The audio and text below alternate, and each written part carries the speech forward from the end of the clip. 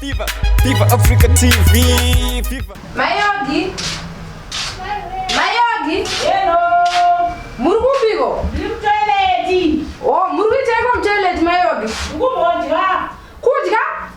Mcheleti. Ne Mayogi. Mukajira mcheleti. Nabana. Mayogi. Tiko. Ayo, pamcheleti amujigiro. Sho murutajira.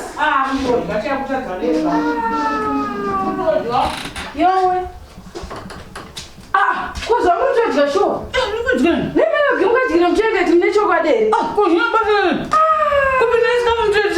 Ayo, chikafa chijigiro mcheleti. Sho mukajira mcheleti mnosemesa kudayo. Kusemesa chi? Ayo mcheleti mnosemesa enda mchita umbwa wakadaru Mayogi. Umbwa. Wokupinda Ndiko nisikafu zoti mne umbwa wakadaru. kuta umbwa kupinda nisikafu mcheleti.